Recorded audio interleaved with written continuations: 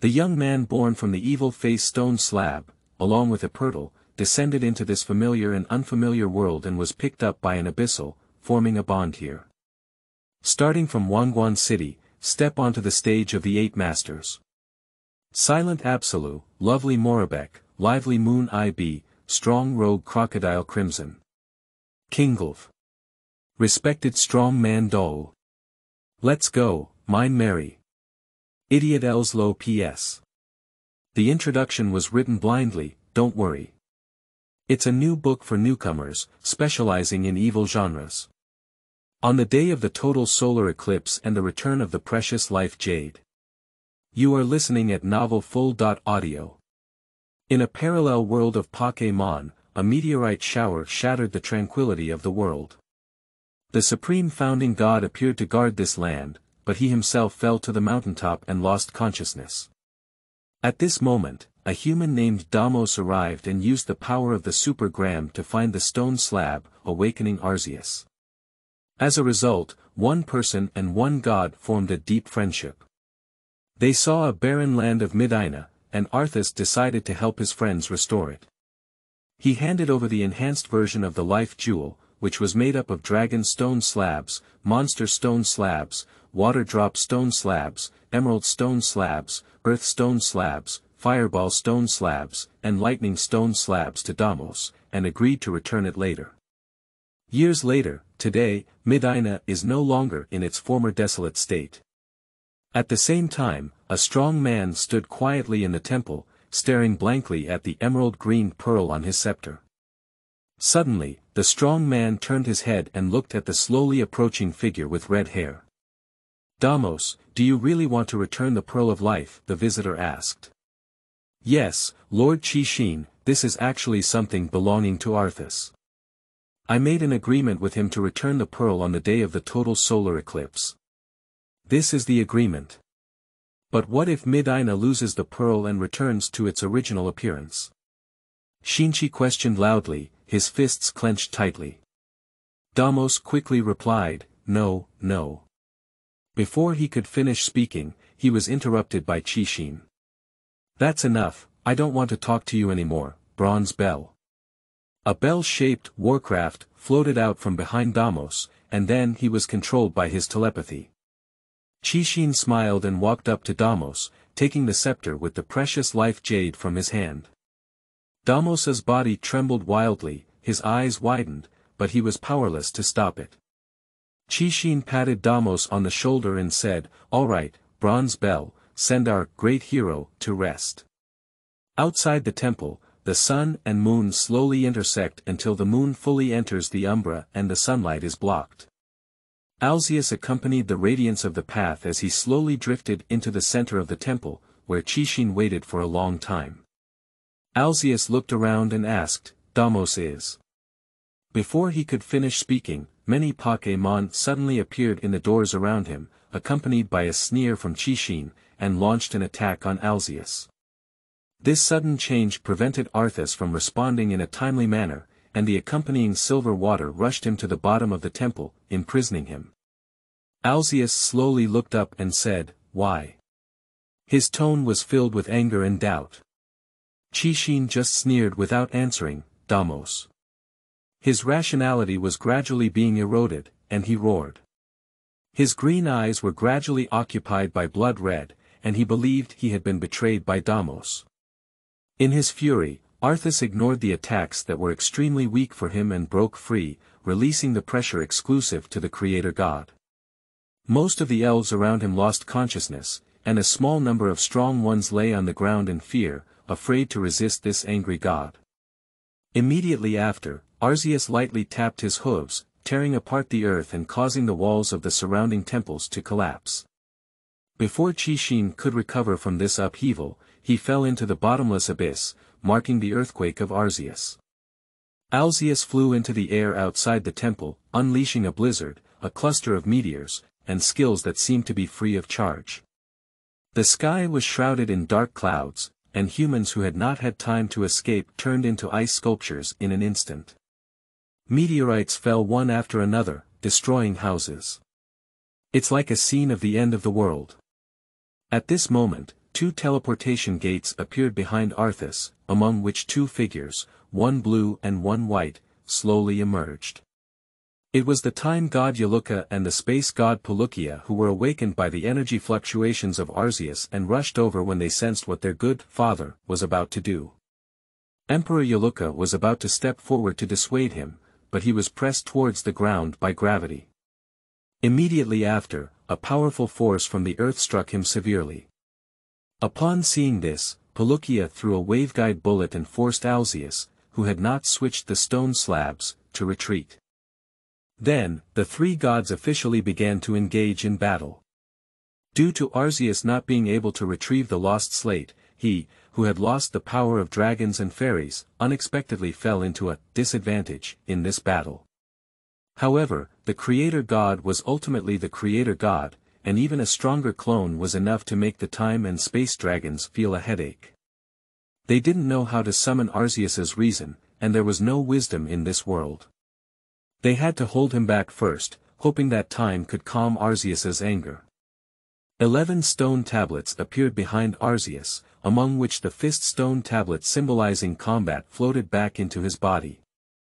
The color of the wheel of the universe changed, and then a rain of sanctioned light rushed towards Empress Luca. Palukia was about to go for rescue when he was hit by a meteor swarm and crashed several mountains before reluctantly stopping. On the other hand, Emperor Yaluka used to defend himself, and a barrier appeared in front of him. After a while, the barrier shattered, but it bought enough time for Emperor Yaluka to dodge. Arceus's eyes turned a little redder than before, and cosmic power, sword dance, and meditation were launched one after another. Then, the blade of air carried a blizzard and smashed towards the twin dragons. I don't know how long it took to fight, but the originally fertile Medina below was already in disarray. Upon seeing this, Palukia flew forward and used defense to block the destructive light. He hugged Arceus tightly and dragged him into the teleportation gate opened by Empress Luca, hoping to transfer the battlefield to the universe. At the same time, the fluctuations generated by this battle also spread in all directions. The monster in the world of reversal was awakened, and upon realizing that it could not return to reality, it began to destroy the space that was already empty. In a temple not far from Medina, a giant slowly awakens. The green plants already attached to him seem to tell the story of time. The 6 gemstones in front of him start to flicker, and the array of pillars beside him lift him up and fly out of the temple. The Guandu region in later generations. At the world tree, a pink kitten was awakened from its sleep. It opened its hazy eyes and began to perceive carefully. Then, its eyes suddenly widened and it became panicked. The red bird in the sky, which looked somewhat similar to the big-billed sparrow, paused for a moment, then exchanged a glance with the white bird flying out of the water tens of thousands of meters away, and then looked into the distance together. The Fengyuan region in later generations. The red giant beast beneath the volcano let out a roar and walked towards the giant whale, which was also roaring and flying out of the sea in the distance.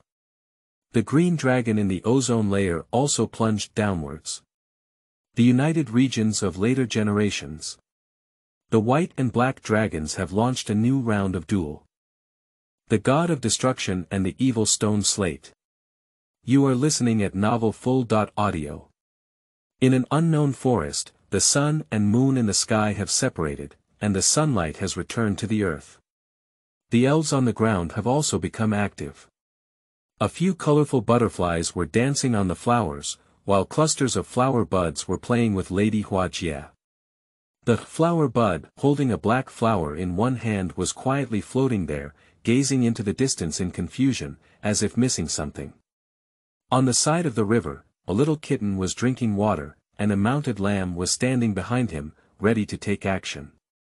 After seizing the opportunity, it made a collision with the kitten, which let out a frightened meow and fell into the river with a loud thud. The little cat monster emerged with its head, watching the happy jumping mount lamb with flames in its eyes. Meow. He used the water gun trick, and both sides waved their claws, hooves, to start a fight.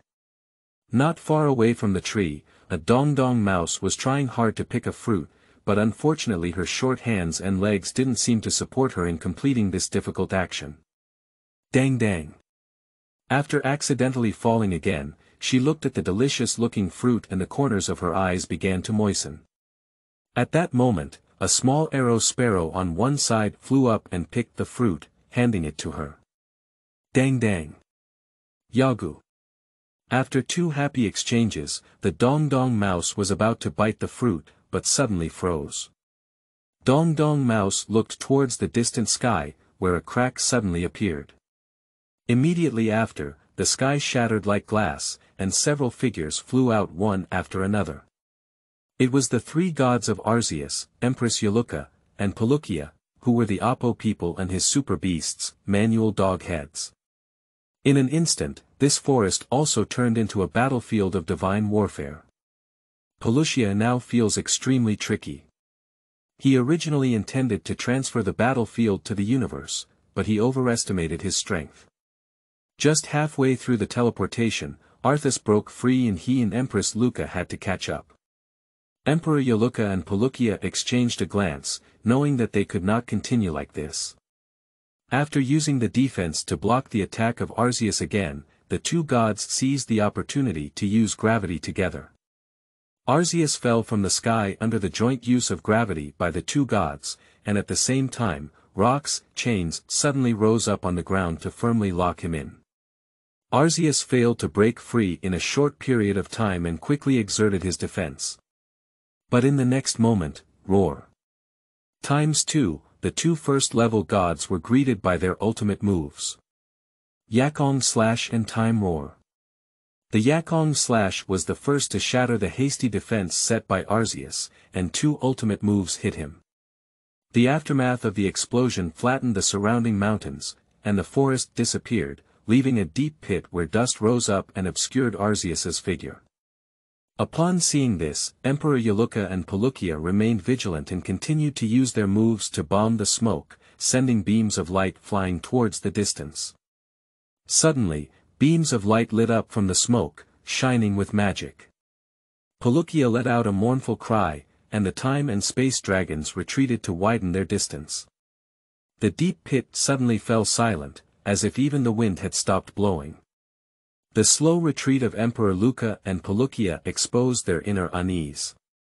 The smoke finally fell, and at this moment, Arceus appeared disheveled, with a few more burnt black marks on his body and a few fewer slate behind him.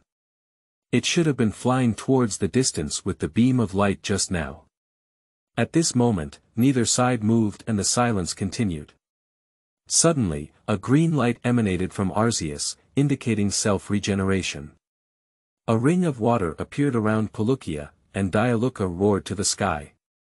The originally sunny sky suddenly darkened, and dark clouds covered the whole area. Lightning, thunder, and rainstorm poured down. Palukia used 3 water cannons in a row, and the battle started again. On the other side, in the center of a barren land, there is a black and red cocoon, surrounded by the aura of destruction and death. Stone statues stand in this forest, without a doubt, this is a masterpiece of the cocoon. Suddenly, the cocoon began to tremble, accompanied by the destruction and extinction of weak life in various divine battles. A unique force slowly converged and injected into the cocoon, and it was awakening. At this moment, a beam of light from the sky fiercely bombarded the cocoon, and the light bloomed. The light dissipated, and the cocoon had disappeared without a trace. In its place was a large bird with a body shaped like a Y, which was the god of destruction, Epirtal. Meanwhile, a stone slab fell to the nearby ground as the beam dissipated. Epirtal did not experience the same level of bed anger as before, and a hint of reason seemed to appear in his once violent green pupils. If the god of life, Xerneas, were here, I don't know how he would feel. Epirtal was attracted by the suddenly flickering slate beside him, with strands of black energy slowly flowing into the slate from various corners of the universe. Epirtal beside him was also affected, with some of the energy entering his body and being absorbed by him. At this time, he became a true god in terms of strength. Suddenly, raindrops fell, and Epirtal looked into the distance, his eyes lost in thought. At the same time, he realized that the energy balance of this world had been disrupted. After perceiving the energy riots and several divine battles coming from all directions, the idea changed again. This planet is finished.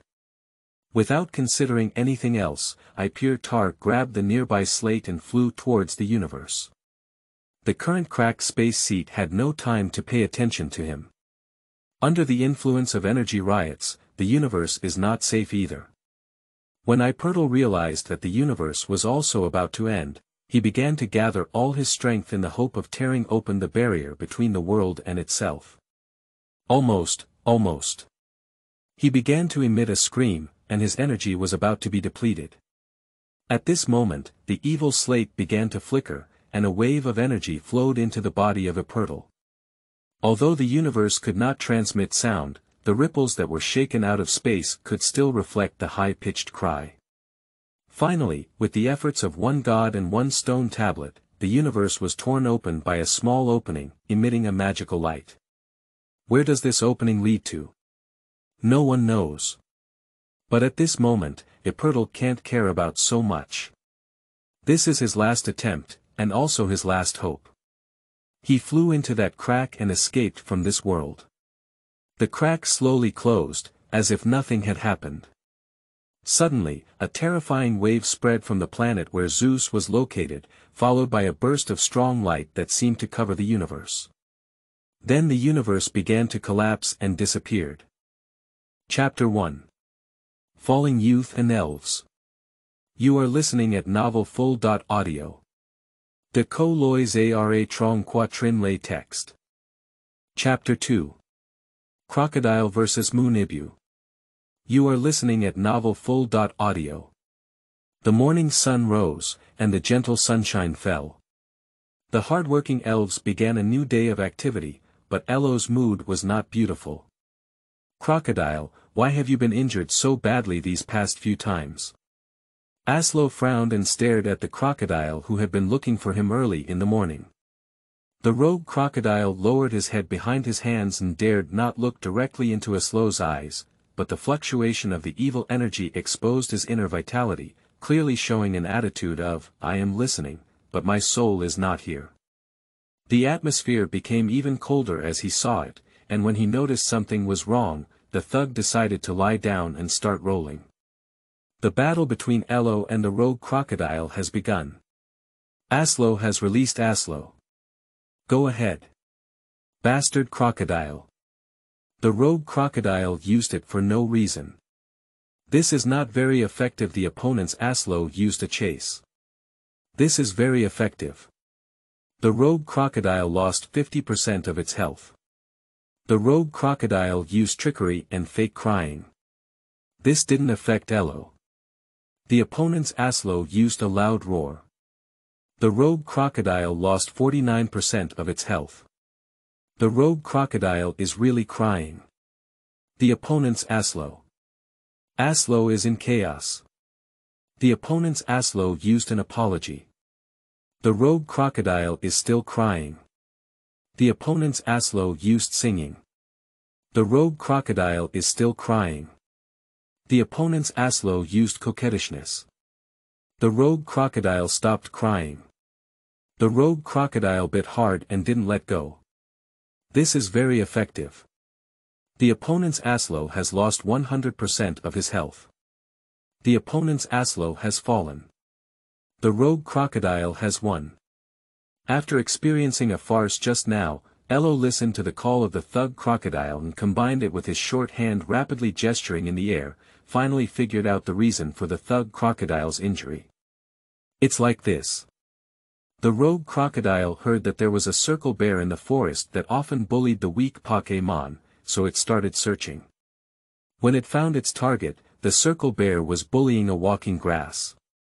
Without hesitation, the rogue crocodile challenged the circle bear and got beaten.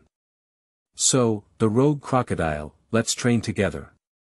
Elo wiped away the cold sweat from his face and quickly said to the rogue crocodile. Gotcha.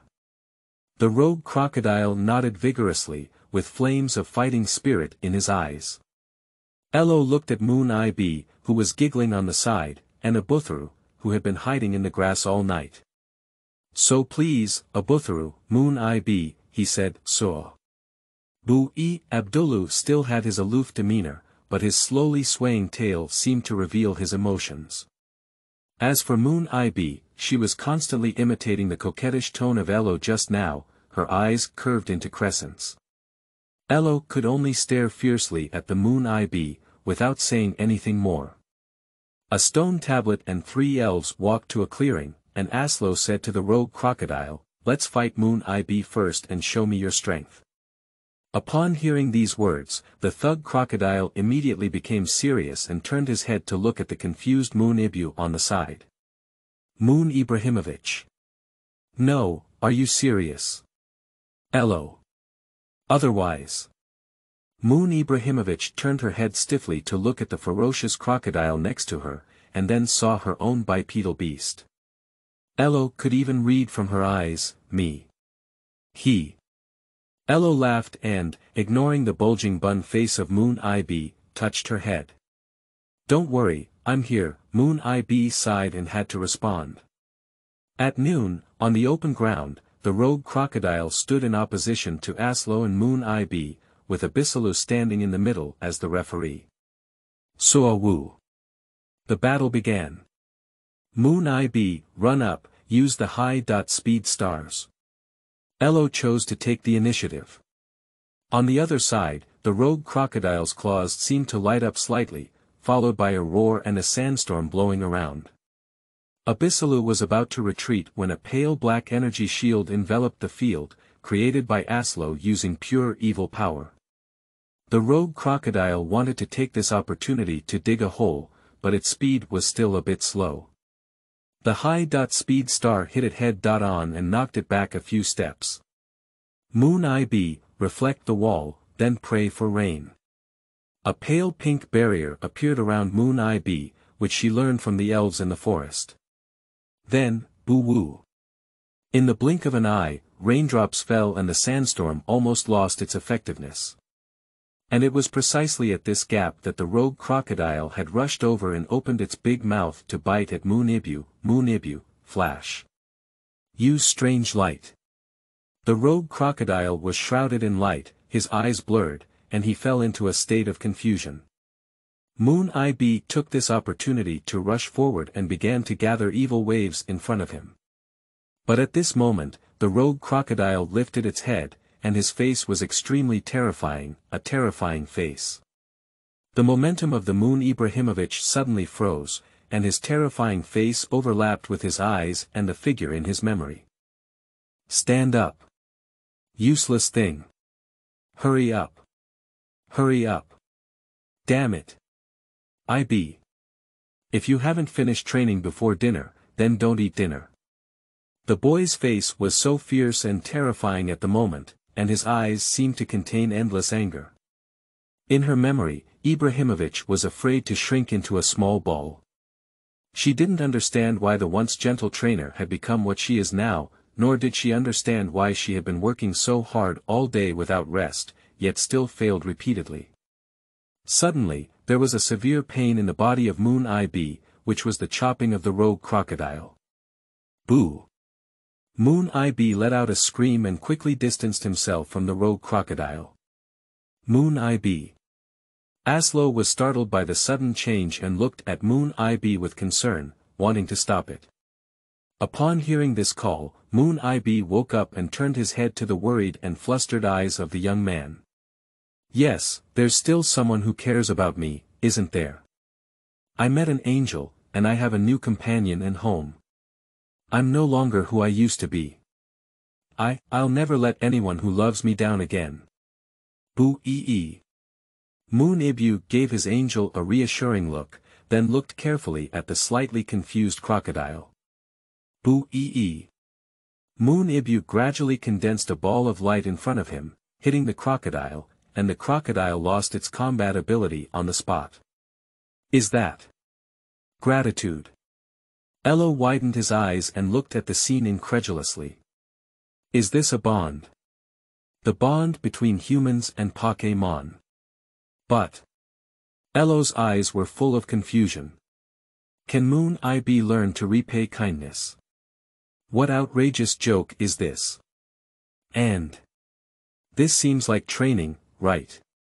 The light curtain slowly dissipated, and the Moon Ibrahimovic leaped out and jumped directly into Absolu's arms. You just looked at him quietly, boo, this is definitely being coquettish. Absolu shook his head weakly and retrieved the forgotten crocodile from the field. Chapter 3. Training in Morubek, Mara and Tofu. You are listening at novelfull.audio. I said it wasn't intentional, do you believe it? At this moment, Elo looked apologetically at the recently cured thug crocodile beside him. Gotcha. The thug crocodile hugged his chest with a pair of short hands and didn't turn his head. This foolish human had forgotten about him, it's really unforgivable. Alright, I know I was wrong, Absolu said, giving a glance to the two elves beside him. Islo. Can you help me? Abdoru. I'm looking for food, go on. Moon IB, Islo. IB, why are you just looking? Moon Ibrahimovic. Kahaha. Finally, under Elslo's sincere apology, the thug crocodile turned around. Let's try a different training method. Elo suggested. The rogue crocodile hesitated for a moment before finally agreeing. Then. Kaha. Ka-cha moans echoed into the ear of the Moon Ibrahim, but she still didn't care and ate the tree fruit brought by Abyssal, Absolu. No, did you really find something to eat, if you ignore the bitten fruit core? At this moment, Elo is using pure evil energy to cleanse the body of the rogue crocodile. Although we are not good at directing, we have a lot of energy. While helping the rogue crocodile, we can also enhance our control over energy. Isn't it beautiful? Moon IB, system Abzuru couldn't help but chuckle at this scene, boo-ee. Moon IB stared shyly at Abzuru, and then pounced directly. The two beasts fought, attracting many elves around to watch, and the scene became chaotic for a moment. At the same time, a small black and purple mouse was quickly approaching, with its half-round red eyes reminding the surrounding elves that the little one was in a state of rampage. Morubek. Morubek. Suddenly, the little one's nose twitched and his short legs flipped faster and faster. Finally, he saw a tree fruit on the ground. As for the surrounding elves. What is it about him now? Makabe. Makabe. The little mouse shouted as it stuffed the fruit into its own mouth, as if it didn't even need to chew. This suggestion is to watch a video. If you don't want to watch Guheo, you can search for Morubek on Bilibili. The attention of the surrounding elves shifted from the playful two beasts to this little one. Pick up a pickup truck. Nidoni. Meow. The elves chatted, their eyes showing pity. Look, how long has this little one been hungry? A few elves picked up the tree fruits on the ground and placed them next to the little mouse, while others turned around and left. When they returned, they held different fruits in their hands until a small mountain of food was piled up in front of the little mouse. At this moment, the rogue crocodile had already fallen asleep, and Elo also walked towards this side. After an unknown amount of time, most of the small mountain formed by food had disappeared. The black and purple little mouse swam backwards, and its body color changed to brown, black, and yellow. The little mouse opened its eyes and looked around in confusion at the elf who suspected it was a little cabby beast and the human who was incredibly huge to him. Mob mob. The little one happily waved its paws and greeted. Morubek. Absolu was extremely surprised. Is there also his distribution in the Shineo region? Wusuo. Mob mob. At this moment, Abdalyalu walked over and began to negotiate with Mob. After a while, Elo understood that the Morubek had been brought by the Pokémon hunter from the Galar region. After trying his best to escape from the Pokémon hunter's hands, He had been hungry for a long time due to his unfamiliarity with the region, and now he has had a full meal. Pokémon Hunter. Elo couldn't help but associate it with the poacher mentioned by Granny Geng, but he didn't take it to heart. He looked at Morubek, who was fighting with the elves, with a smile on his face. At this moment, Morubek also noticed Absolu. He took out a seed-like object from his pocket and took small steps towards Absolu. Mob. Mob lifted his head to gaze at the black pupils, which were as black as a black hole and had no color at all, and handed the seed to the human with his favorite aura. He then took out another seed and threw it into his mouth. Thank you. Elo took it over and ate it like Morubek.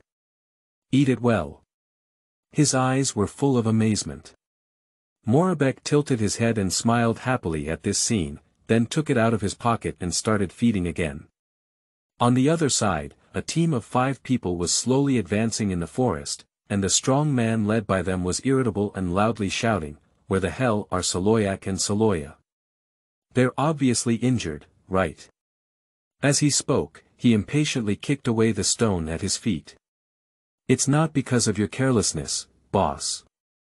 The slightly thin young man beside him was interrupted before he could finish his sentence. Who would have thought that a Soroya would suddenly evolve, and TM's strength was still so strong? There was a complete silence around. "You guys keep talking," the strong man shouted again, "Damn Kotai. Damn Soroyac. Damn. Woo."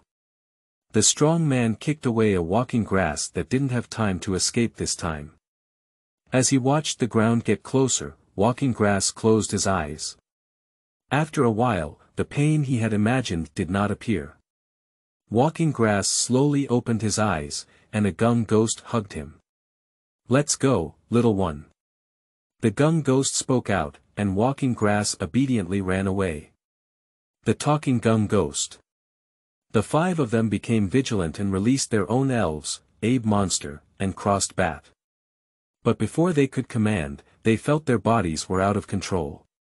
×4, except for the leading strong man, all 4 others died, not even leaving their bodies behind. The strong man stood still in place, not even knowing what skill the Geng ghost had used.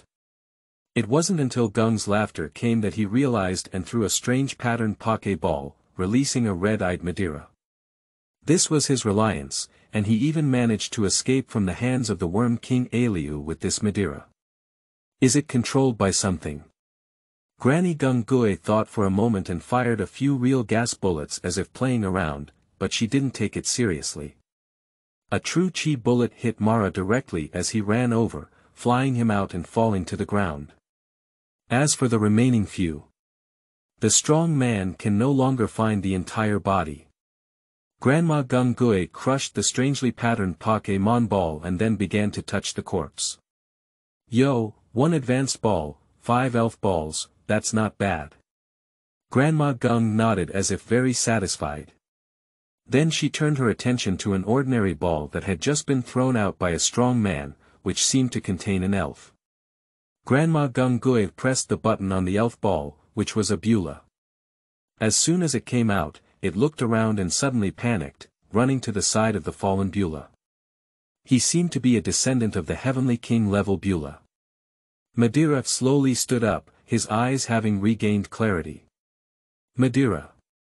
Madeira walked over, seemingly praying for something. Grandma Geng nodded silently as she watched him. Mara. Mara said something to her child again, and Mara just stared blankly at the scene, feeling lost. Madeira raised her head and glanced at Granny Geng. After receiving a satisfactory answer, Madeira slowly lay down and lost her breath. This Mara was already constantly consuming her life energy in that Pokémon ball, and with the constant fighting day and night, her body had already collapsed.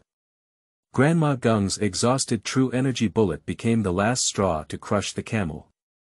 She had just prayed and entrusted to Grandma Geng, probably because of her obsession with the safety of her own child.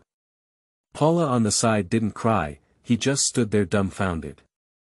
After a long time, Paula made a move and began digging a pit on the ground, hoping to bury his father. Grandma Gung Gui didn't disturb or do anything, just waited quietly. Chapter 4. Evolution, Entrustment, and Conquest. You are listening at novelfull.audio.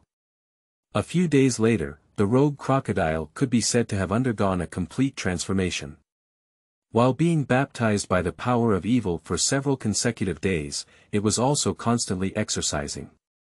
Of course, it did not fall behind in practical combat.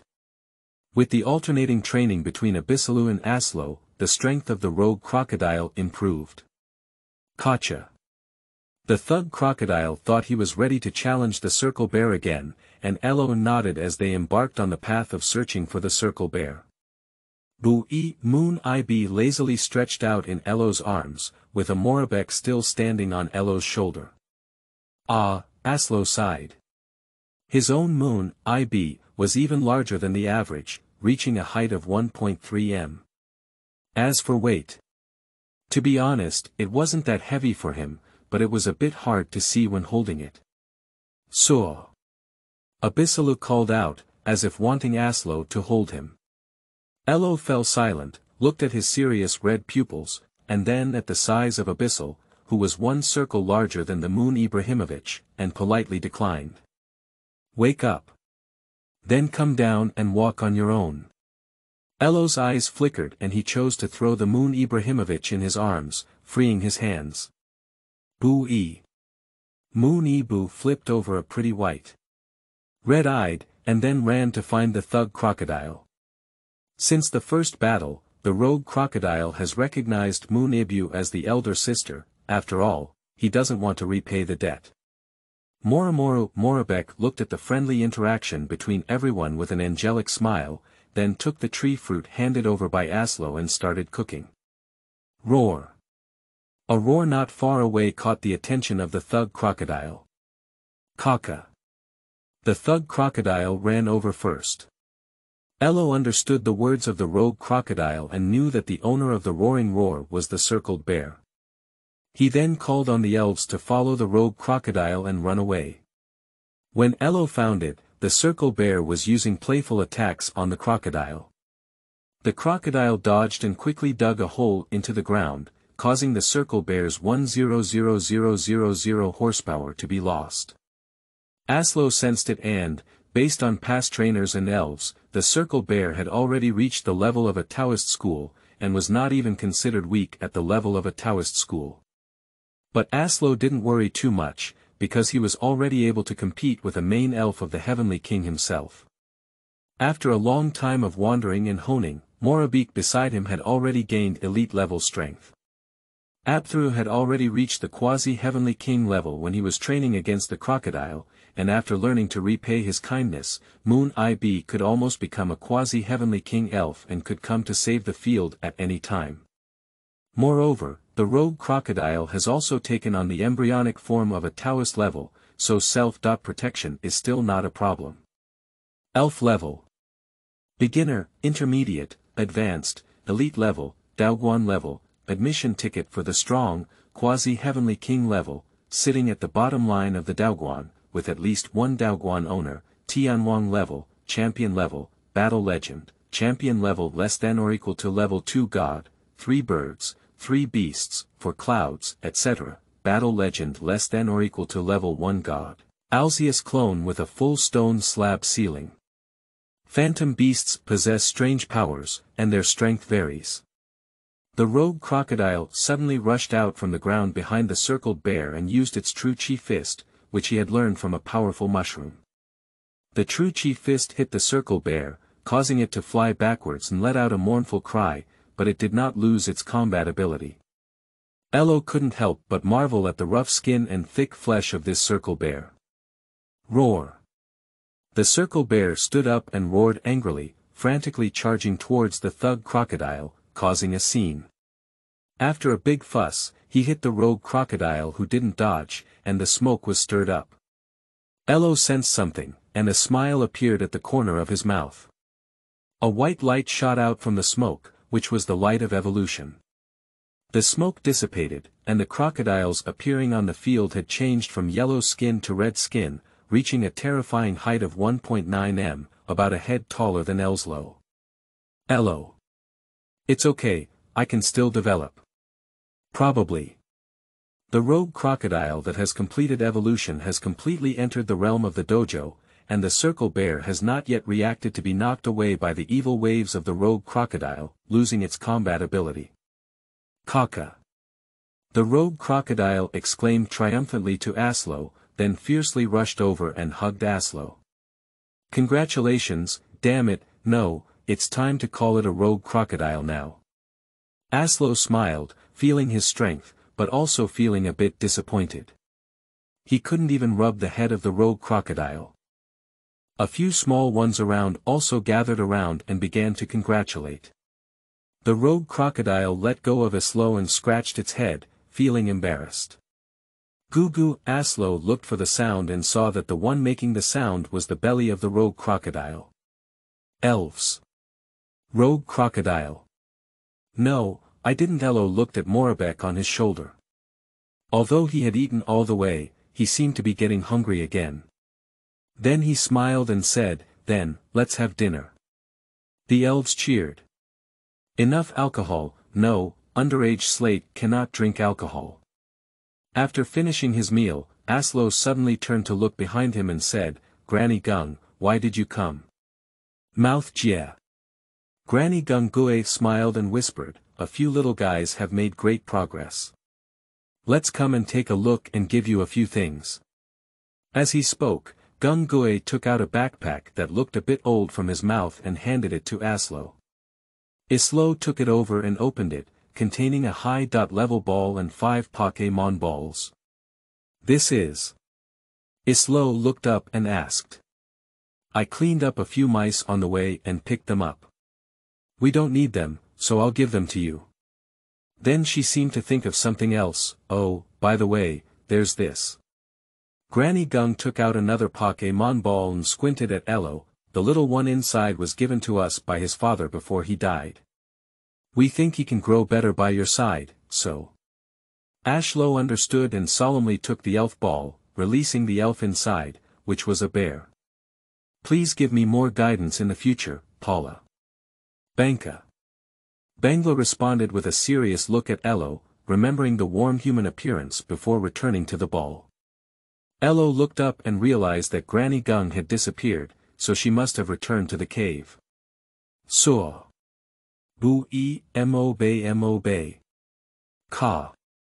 Elo turned his head and a few little guys were staring at the backpack in his hand. Do you want to be my elf? Boo. Saw. Mob. Kaka. Aslo understood their words. So. Go. Elf ball. For elf balls were thrown out, and the 4 elves turned into red light and entered the ball. The 4 balls did not shake at all, perfectly subdued. Papa Kemo get days. P.S. It is difficult to write about battles, and the writing is poor. In the future, try to reduce the description of this aspect as much as possible. Chapter 5. The treasure hunting adventure of Morubek and the reunion in the rain. You are listening at novelfull.audio. It was noon again, and Aslo and his elves were enjoying this comfortable time. Boo-hoo. Ka-hoo. Energy collision, it's Moon Ibu, no need to repay, and Rogue Crocodile, no need to earthquake, undergoing combat training. Elslo was leaning against a Buthuru, grooming his hair while Morubek was foraging among the mountains of fruit on his side. The electric current accidentally leaked from his tender pink pouch on his face, roasting the nearby fruit and stuffing it into Morubek's pocket. Morubek. It was evident that the little one was very happy. Aslo lay comfortably on Abdullu and found a comfortable position to take a nap. Abdullu closed his eyes and began to take a nap. Mob. Mob noticed a tree fruit rolling down, and he chose to chase after it. His past experiences told him that wasting food was not right. No one noticed this scene. Except for Grandma Geng who has been following us all along. Morubek has started chasing. Morubek caught the tree fruit. Morubek grabbed the tree fruit and jumped up, then contentedly stuffed it into his mouth. Morubek. When he regained his senses, he found many strange-shaped stone pillars standing in front of him, which were not small in scale. Morubek pondered and linked it to the ancient ruins he had heard of from humans while wandering. Mob. There must be many, many good things in the ruins, right? Mo-bay. Mo-lu-bay. Will there be food to eat? No, since it's an ancient relic, the food should have gone bad, right? The bad food should not be eaten anymore. Since there is no food, there must be a treasure. Mo-bay. Mo-lu-bay's eyes were resolute, as he wanted to bring the treasure to his own humanity. Then Morubek rushed out, and even remnants appeared under his feet. Mo-bay. Morubek treasure hunt adventure. Start. How many big pearls? Good looking, I'll take it. Don't let go of the smaller ones on the side. Beads shining with golden light. Good looking, I'll take it. Purple stone. What pure energy, I need it. A strange stone. Morubek silently looked at this stone that was only slightly smaller than himself, pulled it off the altar, and wanted it. Morubek can use the vines or ropes found around him to tie it to his back and continue his treasure hunt after an unknown amount of time, Mob. At this moment, Mob could pack everything into a bag he had found from somewhere, and he began to slowly move forward with a bag that could hold almost 2 of his belongings. Mob. After walking for a while, Mob realized something serious. He was lost. He began to try to follow the scent of his arrival and set out on his way home, Mob. With a thunderous roar, Morubek began to panic. At the same time, on the other side, Elo had realized that his own offspring had lost one and began to search along the scent of Morubek. In no time, raindrops fell. This was undoubtedly a major disaster for Morubek, as the smell faded until he couldn't determine his way home. At the same time, it also aroused his unpleasant memories. On the same rainy day, he lost his family. On the same rainy day, he was caught by poachers. Another rainy day, he wandered and almost starved to death, Mokyub. Mokyub shouted out in fear, attracting a group of uninvited guests. It was dozens of little Ladas, as described in the guidebook. There must be more than 40 living around, so dozens should be common. They slowly approached, trying to snatch the bag. After all, most of the surrounding elves used similar things to carry food back to their nest, and the rain also blocked their sense of smell, making it impossible to determine what was inside. Thunder rumbling. Thunder rang out again. But Morubek stood firmly in front of the bag. This is the treasure he wants to give to his trainer. The little Ladas took the lead in attacking, and Morubek also used electric light to cover his entire body, causing the little Ladas to be hesitant to approach for a moment. At this moment, another figure slowly approached. It was a Lada. Morubek stared at him with vigilance, and the battle began again. Even though Morubek's level is much higher than theirs, he doesn't have the ability to kill on a large scale, and there are too many little Ladas. Morubek falls into a disadvantage, and the thunder makes Morubek lose focus for a moment, but it is this short time that gives Rada a chance to take advantage and the bag is stolen. Moru. Morubek's eyes were wet with tears. Moru. He suddenly recalled the appearance of the thunder falling. The power came from somewhere, and he activated the strong thunder force around him. A lightning bolt suddenly struck. It was thunder. Some little Rada were scared away, but Rada hesitated for a moment and stopped. He was really too hungry, it was worth the risk, and he saw that Morubek seemed exhausted. Suddenly, Rada was hit by a wave of evil and flew out, and the person who came was Absolu. Seeing someone approaching, the little Ladas pulled the incapacitated Lada away one after another. After discovering that Morubek was missing, Elo and his team separated to search. Originally, Elo could have arrived earlier at his speed, but halfway through, Elo seemed to have been influenced by some kind of illusion, which caused him to come a step slower. Elo squatted down and picked up Morubek, using the power of evil to separate the rainwater and heal Morubek's injuries. I'm sorry. Elo felt extremely guilty now. If he could have realized in the moment Morubek left, and if his strength had been stronger enough to eliminate the influence of that illusion, Morubek regained his vitality under the treatment of the power of evil, revealing an angelic smile. Morubek, it's not your fault, if I pay attention to the road. Mob. At the same time, Mob could explain the cause and effect to Elo. Elo was about to say something more when Morubek interrupted him. Morubek. Looking in the direction pointed by Morubek, it was a bag. Is this the treasure you found? Mob. Elo helplessly touched Morubek's head, and the electric current leaking from his tender pink pouch had no effect on him. Immediately, Absolu picked up the treasure and turned around to take Morubek to search for other companions. I'm all ready. I won't be afraid of rain anymore. Looking at the boy's cheeks, Morubek murmured in his heart. It's so close, so close. When the illusion was cracked, I almost got caught. Grandma Geng suddenly appeared. Fortunately, I've learned some stealth techniques over the years, otherwise I wouldn't have been able to hide from Xiao Luo. She laughed again. From the beginning, Granny Geng noticed Morubek's departure and hid quietly to protect him. Unexpectedly, this little guy discovered a relic that she had not even discovered. In fact, she was too lazy to find it, and coincidentally ran into the little Lotta group. She took this opportunity to train Morubek. The result is good. Morubek not only mastered the lightning strike as an electrical skill, but also learned the practical skill of 100,000 volts. It's really unbelievable, Granny Geng sighed. If it weren't for that energy fluctuation, she wouldn't have believed that Morubek had learned this skill without any guidance. And that stone. Wedge stone. The voice grew smaller and smaller, until it disappeared like Granny Geng figure. P.S. Do you feel like this piece of writing is broken?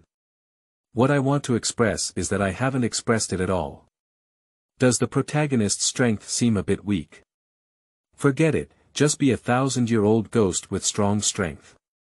Epirtal's side is about to wake up, so there won't be much spoilers left. Speaking of which, when I was writing before, I always assumed that the protagonist could understand the words of the elves, and it was almost the same way. Let me bring it up again. As for why I didn't directly write the meaning of the elves in the text. 1. I feel that it's a bit strange for the elves to speak human language directly. 2. I'm lazy. 3. I want you to guess. For those that can't be guessed at all, I will definitely mark them with, let's roughly talk about the worldview of the protagonist's world, which is actually a mixed world. There are things like Crimson, Dondi, Xiaoji, and so on. Without throwing monkeys in the Galar region, it means a certain hero, and then the events in the anime will be disrupted. I find it difficult to handle Xiaoji's time, so I will try my best to rationalize it. If it doesn't work, I will use the Conan-style approach. It's 3 shifts today and the day before yesterday, I'm so strong. Also, the late brain storage area, safe storage without zombies. Chapter 6. Paula's Heart Knot and Soroyac and Soroya. You are listening at Novel Full.audio. Elo discovered a very serious thing. Since Granny Geng entrusted Paula to her, Paula has hardly ever played a ball, and she quickly finished her meal before returning to the ball to suffocate. Is it another problem with children?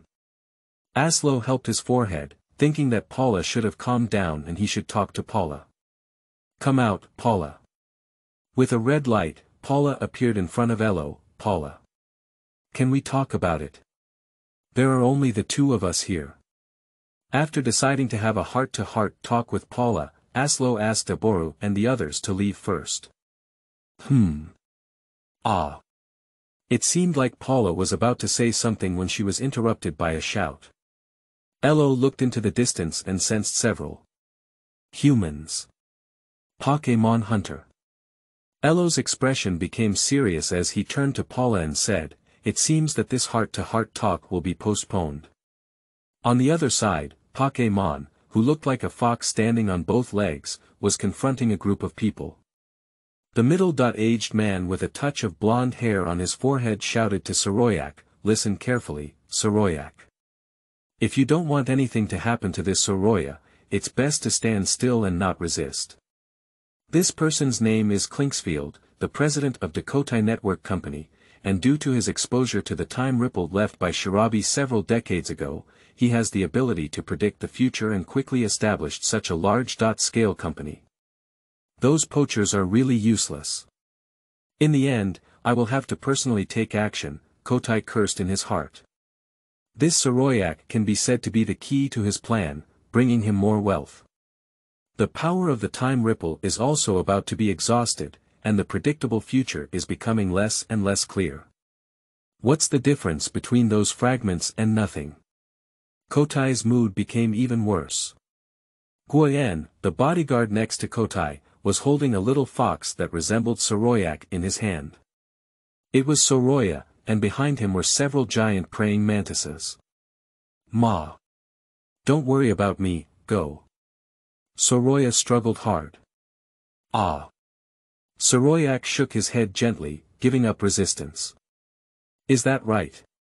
Kotai smiled with satisfaction. "Ah." Suddenly, a scream came from Kotai's side. When Kotai turned around, the bodyguard named Guan had already collapsed and lost his breath.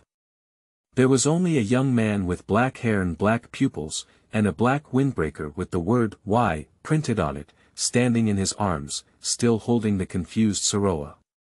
The young man was Elves, who had actually arrived long ago. After listening to their conversation, he confirmed the situation and immediately chose to take action, using a surprise blow to save Soroya. As for the nausea after the sand people, he didn't have such a feeling. Is it because he's not of the same kind? This idea came to Elo's mind, and he began to ponder what he really was. "Are you the boy rumored to be wandering in the forest?" "You're really." Kotai relaxed and smiled, a scene he had anticipated. "Dream Demon, resentful shadow doll, catch him."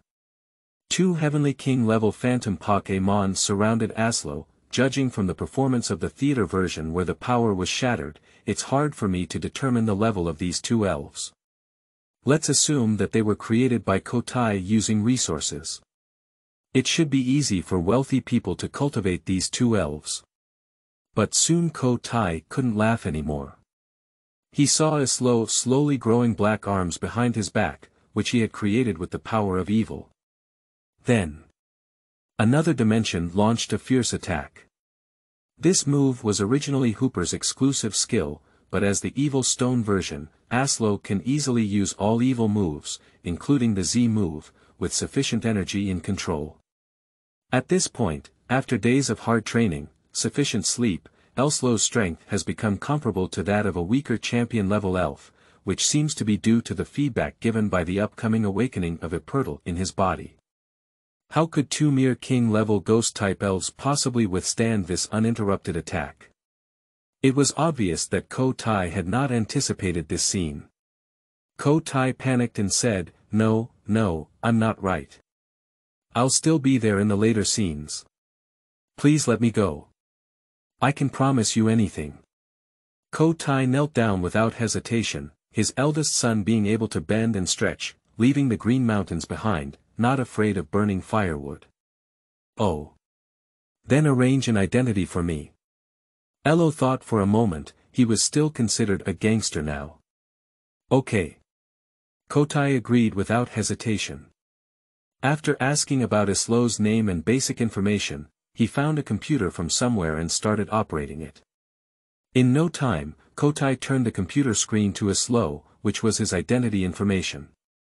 Name: Absolu. Birthplace: Wangguan City, Shanao Region. Parents: Deceased trainer. Identity: Registered trainer. Level: To be filled in elf. To be filled in. Kotai whispered, trainer level or above, fill in the Heavenly King or above. Elo nodded and took over the computer to start filling out his own sprite. Elves. Quasi-Heavenly King level Absolu, Taoist level Moon IB, Taoist level Rogue Crocodile, Taoist level Morubek, Senior Beulah Trainer level. Daoguan, one Quasi-Heavenly King level has reached the threshold. Even if it's less than 6, it's only one less, enough to be a goalkeeper at the Daoguan level. Identity upload completed. Ko Tai wiped the cold sweat off his head, then took over the computer and slowly printed a few sheets of paper from the side of the computer. Don't ask, it's Pokémon World Black technology. Then he grabbed his ID card, took off the cover, put it on, and handed it over to Elo. As for what to do with the subordinates, let him go to the Elf Center again to make up for it. Just as Ko Tai breathed a sigh of relief to save his own life, Soroyac, who had just been cured by slowly walked over. Wait. Ko Tai was sent to the west by the evil wave before he could finish speaking. Hello. My name is Soroya. The larger one over there is Ma. At this moment, Soroya, who had been nestled in Elo's arms, spoke out. After the bad guys were cleared, he greeted this very friendly human. Hello, Soroya, Ma. Elo responded with a smile and began to judge in his heart, is it telepathic? An elite Soroya has learned this, and the Soroyac over there seems to have reached the level of a king. Shit. At this moment, Soroyac walked over and called out to Islo. Soroya widened her eyes and stuttered, Ma, you're going to follow him. She looked very reluctant, if you ignore his tail swaying in the shadows. Soroyac nodded slowly, and just now he was thinking. 1. His strength is still a bit weak, unable to protect Soroya well. This human is very strong, and he can try to seek his protection. He wants to train and become stronger with this human. 3. Soroya seems to really like this human. He also likes it. Islo was momentarily stunned before finally realizing it. He looked at the 3 Pokémon balls he had just picked up, took out 2 of them, and threw them out. 2 red lights sucked in Soroyac and Soroya, successfully subduing them. Elslo picked up the 2 balls and said, please give me more guidance from now on. The 2 Pokémon balls shook lightly, as if responding.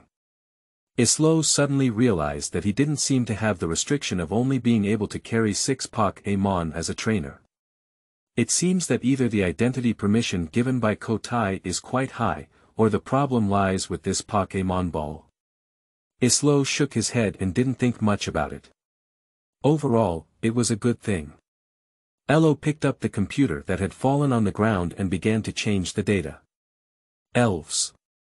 Heavenly King level Soroyac, Quasi-Heavenly King level Abutharu, Taoist level Moon IB, Taoist level Rogue Crocodile, Taoist level Morubek, Elite level Soroya, Advanced Pokémon. Here, the identity information is filled in with all the Pokémon held by the trainer. If you have taken in thousands of Kentaros, you must also mark them in this information. This is actually indicating that if you don't want to be so troublesome, don't take in too many Pokémon. If you take them seriously, just fill in the 6 main Pokémon on the paper version. Quiet Pressure. Actually, it's an alternative panel that gives readers a rough impression of the protagonist's strength. Boom. An explosion came from afar, and Aslo realized something. He quickly stood up and rushed towards the other side, while Absolu and the others rested in that direction. Chapter 7.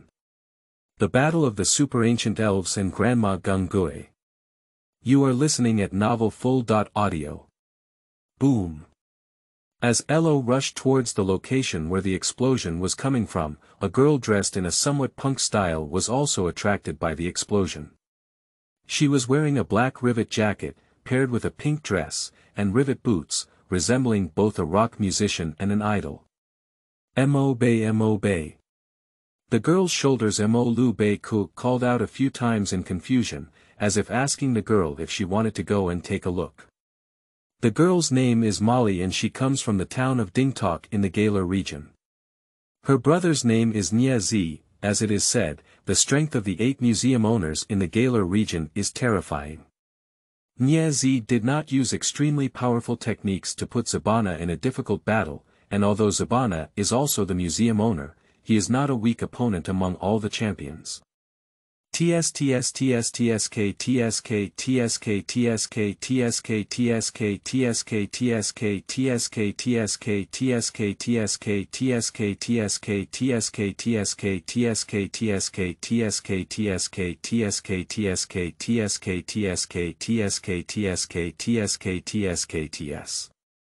At the beginning, the energy of the ultimate elimination did not flow to Jianzhou town.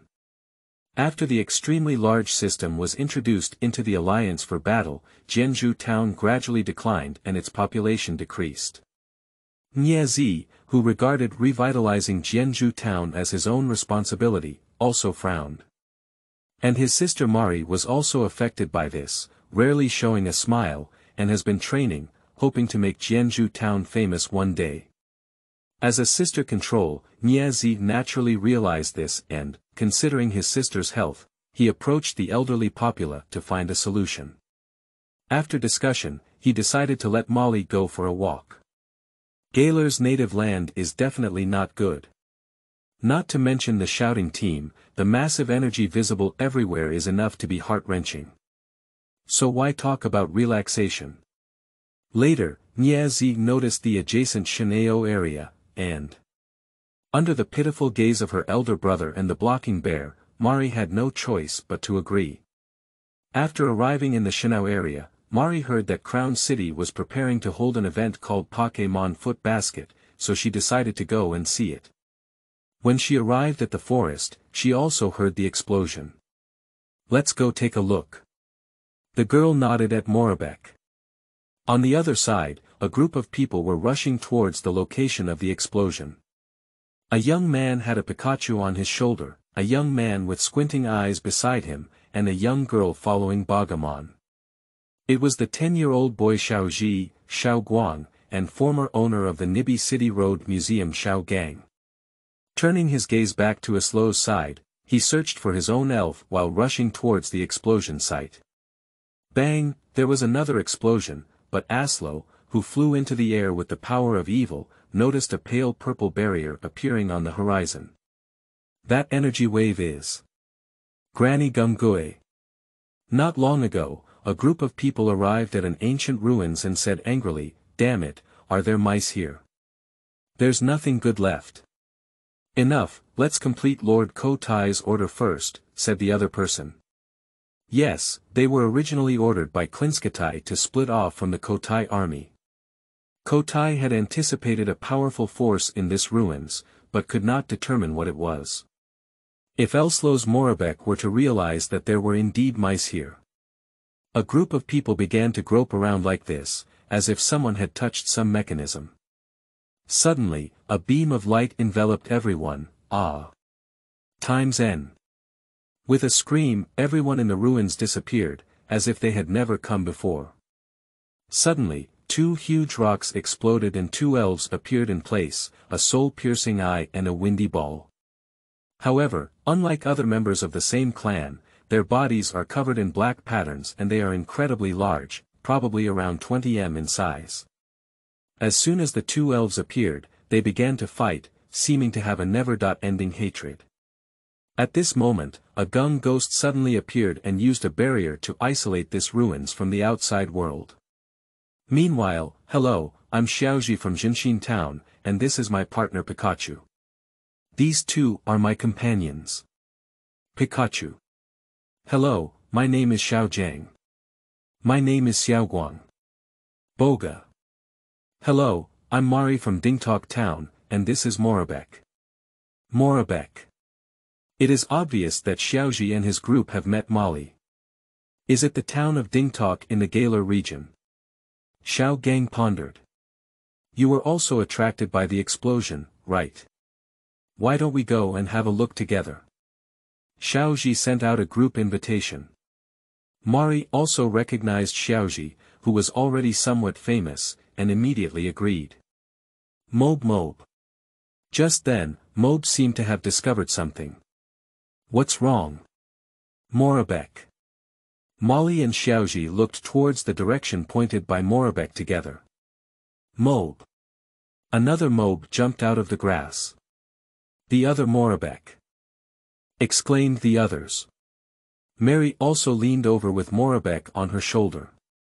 The two little mice looked at each other, as if looking in a mirror. Lift the right claw, lift the left claw, lift the right foot, lift the left foot, and finally lift both claws together, mob. ×2, so cute. Xiaoguang exclaimed, while Bogerman beside him began grinding his beak. Bogerman. A few people slowly approached to observe and interact with the two little ones, completely forgetting about the explosion. Where did this little guy come from? Xiaoji asked, but no one answered the question because they didn't know either.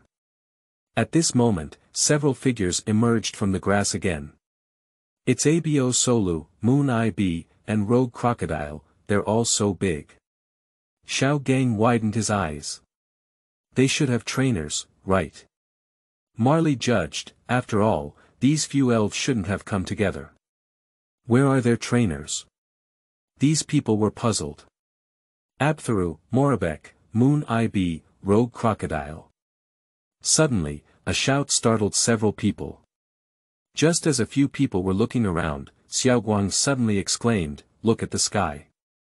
Absolu fell from the sky and said, "Hello, my elf hasn't caused you any trouble, has he?" "No, no." Xiao Geng first reacted, "Are you a superpower?" "You can feel that way," Elo responded as soon as he heard it. He was too anxious just now and forgot to fall next to him before walking over. Marley remained silent, for some reason, feeling that the sudden appearance was more like some kind of evil Pokémon than a human. Elo also noticed Marley's gaze and quickly said, "You should also be here to check the situation, right? What are you doing here?" Upon hearing these words, everyone woke up in shock. "Yeah. Then let's go together. Oh, by the way, what's your name?" Xiaoji asked, and after experiencing another self-introduction, the few of them embarked on an adventure again. Chapter 8. Conversation, moving forward, and entering. You are listening at novelfull.audio. By the way, is Elo the rumored young man wandering in the forest? Xiaoguang asked curiously on the way. "It's me," Elo patiently replied. Mari leaned over and said, "I remember someone else suspected you were some kind of ghost-type elf." Yes, there was indeed a period of time when many trainers came over to try to tame me, and it really annoyed me. Elo recalled that time, when those people made it difficult for him to heal the elves in the forest. "Why do you have to stay in the forest all this time?" Little Geng on the side finally didn't have time to stop Xiaoji. "Oh, I've been here since I can remember, it's the elves in the forest accompanying me." Elo didn't think much about the meaning of this sentence. Xiao Geng quickly came over to shift the topic, abandoned baby. Several people had a guess in their hearts and stopped discussing similar matters. It was the apology in Xiaoji's eyes that made Elslo feel inexplicable. Similar conversations have occurred several times, bringing the relationship between several people closer. Due to Elslo appearing smaller than everyone present, he was included in the list of people who needed to take care of him. As the few people got closer to the ruins, everyone also saw the barrier. Elo's eyebrows gradually furrowed, and he sensed what was happening inside the barrier.